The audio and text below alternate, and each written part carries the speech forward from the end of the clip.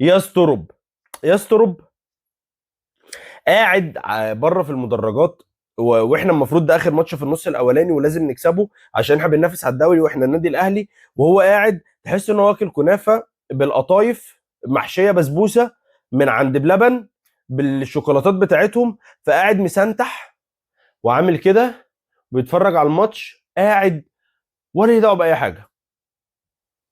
مش فرقته دي، مش فرقته، ماله ايه سنتيح كده ليه؟ بقى سنتيح كده ليه؟ قاعد يعني هو، هي اللعيبه دي انت شايف بجد ان المفروض اللعيبه بالمدرب ده ليهم تقييم؟ تقييم ده لما يبقى في حد حلو حد وحش، الناس عملت حاجه ناس ما عملتش، يعني فيها خد وهات رايحه جايه، انما ما فيش. المدرب السنتيح بتاعنا هو السنتيح بتاعنا بجد. احنا خسرانين واخر 5 دقايق والكاميرا جت عليه قاعد سنتيح.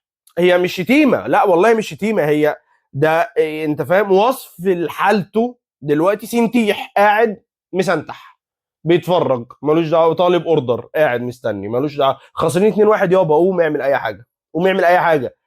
لا هم يتصرفوا، اللعيبه دي جامده اجمد لعيبه في افريقيا هم يتصرفوا يعني. يستروا ب 10 من 10. 10 من 10. الراجل عمل اللي عليه، حط اللعيبه كلها وحط المهاجمين كلها خلاص. هيعمل ايه يعني؟ هيدرب، هيحط فنيات وتكتيك؟ انت مجنون؟ خلاص هو حط ب 10 من 10، انت راجل 10 ل 10 زي الفل.